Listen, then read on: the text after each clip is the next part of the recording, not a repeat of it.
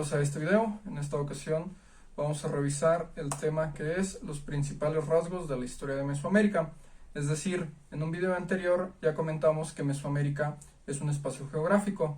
En esta ocasión vamos a hablar acerca de lo que son los horizontes culturales y el tiempo histórico del México prehispánico en esta región conocida como Mesoamérica. Bien, entonces hablamos de los horizontes culturales. Los horizontes culturales son periodos temporales en los que dividimos la historia del México prehispánico, ¿sí? Y son tres.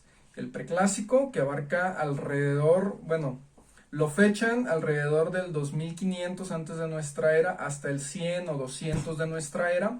Sin embargo, vamos a ver un poquito más adelante que realmente esta fecha del 2500 queda desfasada realmente con la evidencia arqueológica que se ha estado encontrando.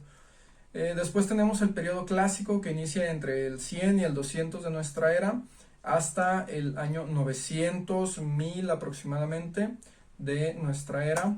Y el posclásico, que abarca desde el año 900, 1000 de nuestra era hasta 1521 de nuestra era. Aunque hay que aclarar que esto es solamente la caída de la ciudad de Tenochtitlan en 1521. Habrá regiones, pueblos prehispánicos originarios de México que seguirán siendo independientes durante más tiempo. Un caso es el occidente de México, por ejemplo, que el periodo de conquista va a extenderse hasta 1540 y tantos, 1560 y tantos. Incluso en algunas zonas mayas se va a extender todavía como hasta el año 1700 y fracción. Y la zona norte, que en realidad hubo partes que jamás fueron plenamente conquistadas. Así que estas fechas hay que entenderlas como fechas de una historia centralizada en solamente algunas culturas, ¿no? No es realmente algo integral que abarque realmente toda esta parte de lo que es el territorio mexicano, ¿sí? Bien, entonces iniciamos con el periodo preclásico, que es alrededor del año 2500 antes de nuestra era hasta el año 200 de nuestra era. En este periodo aparecen las primeras comunidades sedentarias, ¿sí? Empieza a desarrollarse un incremento demográfico debido al punto anterior. Cuando aparecen las poblaciones sedentarias,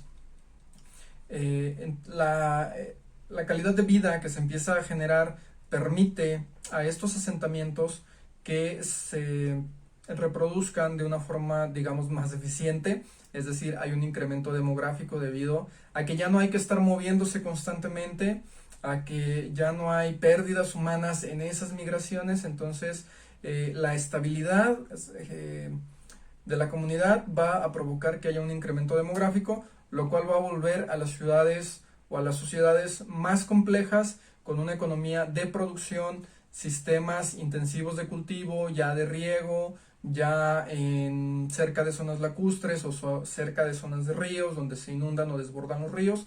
Habrá diferentes técnicas de el cultivo intensivo, ¿sí? No nada más se refiere al de temporal o de riego, ¿sí? También se desarrollarán otros sistemas. Bien, dentro de este mismo periodo del preclásico encontramos algunas culturas, aunque en algunos casos son más bien zonas geográficas, ya que no tenemos más datos de esas culturas. Por ejemplo, los más antiguos, y aquí es donde se demuestra el desfase entre dónde empieza este periodo.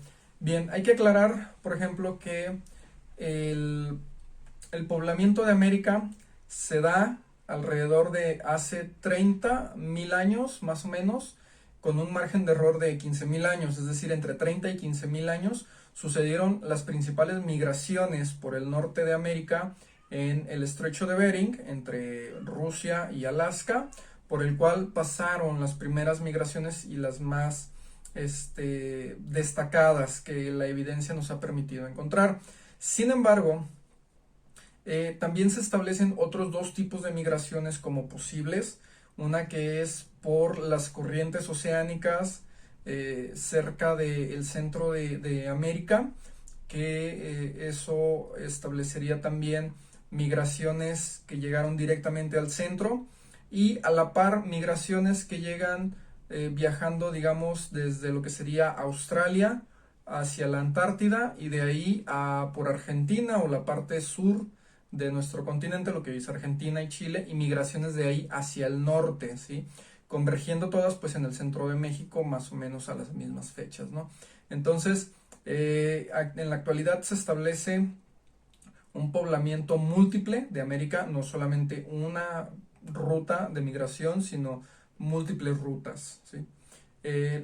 Y eso alrededor de hace 30, 15 mil años. Todavía estábamos en una etapa glacial. Esta temporada, digamos, baja, esta etapa baja glacial que estamos viviendo en estos momentos, comienza hace 9.000 años aproximadamente, lo cual, bueno, va a hacer que varios miles de años después empiecen a domesticarse algunas plantas en todo el mundo, ¿sí? A la par. El trigo, por ejemplo, en la zona del Mediterráneo, el arroz en la zona de Asia, en el caso de América será el maíz como principal cereal y algunas otras plantas como el chile, el amaranto, la calabaza, entre otras, ¿no?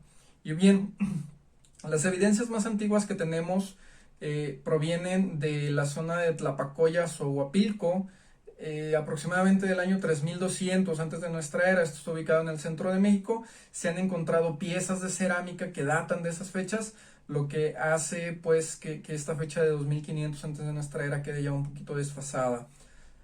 Después viene Capacha, la tradición de Capacha en el occidente de México, lo que es el estado de Jalisco, parte del estado de Jalisco, parte del estado de Colima, donde se encuentran los primeros ritos funerarios, las primeras tumbas que vamos a encontrar, evidencia ya de ritos funerarios, lo que implica ya la construcción de una cosmovisión. Aproximadamente en el año 1750 antes de nuestra era. Después vamos a encontrar el opeño, también parte de la tradición del occidente, cerca del año 1500 antes de nuestra era. Estos dos de Capacha y el opeño van a presentar tanto los ritos funerarios como instrumentos de cerámica de los más antiguos que conocemos particularmente en el occidente de México. Toda esta evidencia va a contradecir la parte esta de que una de las culturas o la cultura más antigua es la olmeca, ya que esta de hecho se va a empezar a desarrollar o va a alcanzar su esplendor alrededor del año 1150 antes de nuestra era, ¿sí? Principalmente en las ciudades de San Lorenzo, La Venta y Tres Zapotes, que están por la parte del Golfo de México, ¿sí? Entonces, esta evidencia nos demuestra que los olmecas no son ni la primera cultura ni la más antigua, mucho menos llamaríamos la cultura madre de todas las demás, ya que realmente lo poco que sabemos de la cultura olmeca es que su tronco lingüístico proviene de un tronco que se llama Soquemiche, y bueno, una variante antigua de ese tipo de lenguaje, ¿no? Que después se va a dividir el protomije soque, se va a dividir en protomijes, protosoques, y de ahí, bueno, se van a derivar en más troncos lingüísticos, ¿no? Del que provienen, por ejemplo, los zapotecos y los mixtecos, ¿sí? Entonces, bien, los olmecas no son la cultura más antigua, de hecho las culturas más antiguas de las que tenemos evidencia se desarrollan en el centro de México y son efectivamente los que empiezan a domesticar el maíz alrededor de hace unos 5000 años, más o menos, ¿sí? Bien, después pasaríamos al periodo clásico. El periodo clásico, sus principales características es que empieza a haber una mayor urbanización, ¿sí? Empieza un florecimiento cultural, es decir, se empiezan a desarrollar mayor diversidad cultural en todos los sentidos, tanto arquitectónica como de escritura, en el caso de los códices, el tallado de las piedras, el arte plumario, etcétera, ¿sí? Y también está caracterizado por una diversidad cultural, es decir, no es una cultura homogénea, no es una cultura única o dividida en dos grandes vertientes como la conocemos, que sería la ciudad de Teotihuacán como centro de mundo prehispánico del periodo clásico, y la zona maya, que también ya va a empezar a alcanzar cierto esplendor, algunas ciudades de ellas, algunas ciudades de la zona maya. Sino que por el contrario tenemos una diversidad cultural enorme, distribuida a lo largo de todo Mesoamérica, tanto en el occidente como en la zona de Oaxaca, en el altiplano central, en la costa del Golfo, en la zona maya, en el norte de Mesoamérica, y también en Aridoamérica, perdón, que eso lo vamos a tratar en un video más adelante, ¿sí? Bien, es donde se empiezan a crear las grandes ciudades, los grandes centros ceremoniales con basamentos cuadrangulares, las pirámides que conocemos el día de hoy, como la pirámide del Sol y de la Luna, allá en Teotihuacán, ¿sí? Y bien, de las principales culturas que podemos encontrar en este periodo van a estar el área maya, ¿sí? Que va a empezar a alcanzar el esplendor con ciertas ciudades. En el posclásico va a alcanzar esplendor con otras ciudades, y vamos a verlo eso en un momento más. La zona de Oaxaca, que también va a empezar a desarrollar ahí un legado cultural muy muy grande, muy rico en historia, que es la tradición mixteco-zapoteco, con la elaboración de códices, con el tallado de piedras, con el tallado de esculturas monumentales, etcétera. Es una zona muy muy rica en cuanto a historia tenemos de México prehispánico. Y finalmente el altiplano central en ciudades propiamente como la de Teotihuacán, ¿sí? Bien, esas son las principales zonas, no quiere decir que sean las únicas. Recordemos que desde hace mucho tiempo hemos centralizado la historia. Algo que comentábamos en un video anterior es que se ha centralizado la historia del mundo solamente a la historia de Europa occidental, ¿sí? Grecia, Roma, el Mediterráneo, y de ahí la Edad Media, Renacimiento, Ilustración, Revolución Francesa, Edad Moderna, industrialización, capitalismo, neoliberalismo, pero estudiamos solo lo que es esa parte de Europa. Bueno, en México sucede algo más o menos parecido, donde queremos centralizar toda la historia de México justamente en el altiplano central, y la zona maya, pero principalmente en el altiplano central. Creemos que las culturas como los teotihuacanos, Tula, Cholula y después la Ciudad de México, Tenochtitlan y la Triple Alianza son como el centro de todo el devenir histórico de Mesoamérica. Y no, es cierto que fueron en su momento las ciudades más grandes, con mayor población quizás de todo el territorio, que eran, eso sí, el centro de muchas rutas comerciales. De ahí llegaban y de ahí partían, eso es cierto. Sin embargo, eso no quiere decir que debamos centralizar la historia de manera que creamos que eran las únicas, ¿no? En realidad había una diversidad muy grande que debemos de tener en cuenta siempre. Y bueno, finalmente tenemos el periodo posclásico, que va a iniciar alrededor del año 900, 1000. Bueno, vamos a tener un periodo conocido como el epiclásico, que es un periodo entre el clásico y el posclásico. Dura alrededor de unos 200 años, más o menos como del 700 al 900 aproximadamente. Y es un periodo de grandes cambios en los que ciudades muy grandes como Teotihuacán, por ejemplo, van a entrar en declive y van a ser abandonadas. También varias ciudades mayas de las más grandes van a ser abandonadas y van a empezar la urbanización en otros centros, ¿sí? Y eso va a generar que este periodo del posclásico inicie con un periodo de migraciones y reacomodo social. Realmente no surge nada nuevo que digamos. En realidad es, podríamos decir, una continuación del periodo clásico, al cual, bueno, olvidé mencionarlo, le llamamos periodo clásico porque es el que tomamos como referente del mayor esplendor cultural, ¿sí? Antes de eso y después de ese esplendor cultural. En el caso del posclásico va a iniciar con este reacomodo social, donde las grandes ciudades van a ser abandonadas y se van a reubicar en otras zonas, ¿sí? No solo en la zona maya, que es donde también se ve mucho este fenómeno, sino también en el altiplano central, particularmente en Teotihuacán. Van a surgir centros como Tula o como Cholula, como Xochicalco en otros lados, y bueno, Chichén Itzá también es parte de este nuevo reacomodo social. Surgen estos nuevos centros urbanos que ya se mencionaron, debido a las migraciones y el mismo reacomodo, la misma dinámica que se va a generar en este periodo. Y bien, las principales culturas de este periodo pues serán Tula, Cholula, los zapotecos, los mixtecos, los purépechas en el caso del occidente, las caltecas, Tenochtitlan y la Triple Alianza. Ojo, estos son solamente las principales, ¿sí? Vamos a tener muchas más en todo lo que es el territorio solamente de Mesoamérica, sin contar el territorio de Aridoamérica, ¿sí?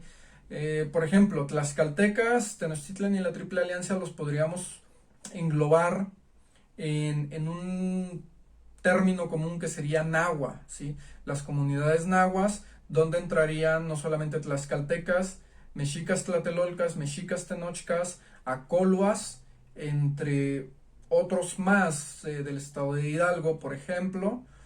Incluso también en el occidente, aquí en Jalisco, tendríamos una zona náhua con, por ejemplo, la zona de Tonalá, la zona de Nochistlán, pegado a Zacatecas, bueno, Zacatecas en realidad, Chalchihuites.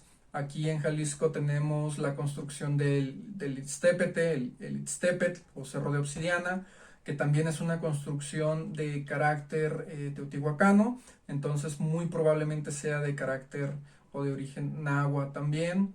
Entonces, bueno, Tuxpan, Jalisco es una zona de hecho de influencia náhua, donde las comunidades originarias de ahí pertenecían como a la misma familia lingüística y cultural de las del Altiplano Central, ¿sí?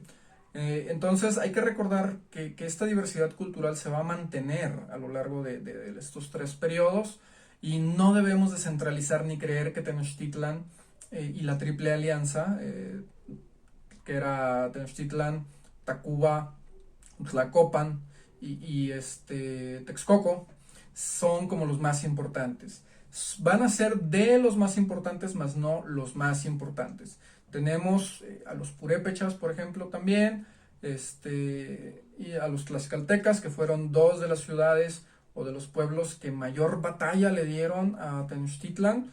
Y bueno, contar otros estados independientes como los mixtecos, zapotecos y un montón de variantes de los mayas que hay, ¿sí?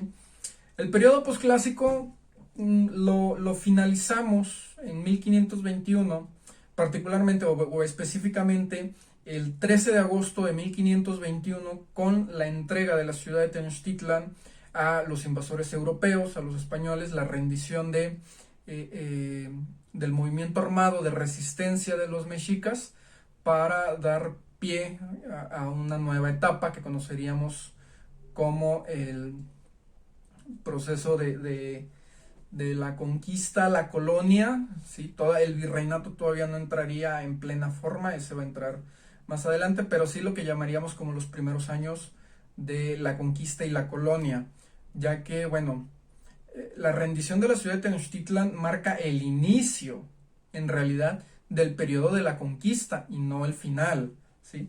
Ya que a final de cuentas, a partir de ahí van a expandir las expediciones de conquista al occidente, al norte y a lo que es la zona maya también, ¿sí? Entonces no termina ahí, al contrario, ahí inicia realmente el periodo formal de conquista, lo que conocemos como el periodo fundacional, el periodo de conquista y fundacional, donde se van a establecer o van a fundar nuevas ciudades, como por ejemplo la Ciudad de México, la ciudad de Nueva Galicia, la ciudad de Valladolid, ¿sí? Entre otras más. Es este periodo que va a iniciar a partir de 1521, va a terminar más o menos allá como en 1640, 1700 y fracción, para dar pie ya entonces al virreinato como tal, ¿sí? Bien, a grandes rasgos eso sería todo lo que tiene que ver con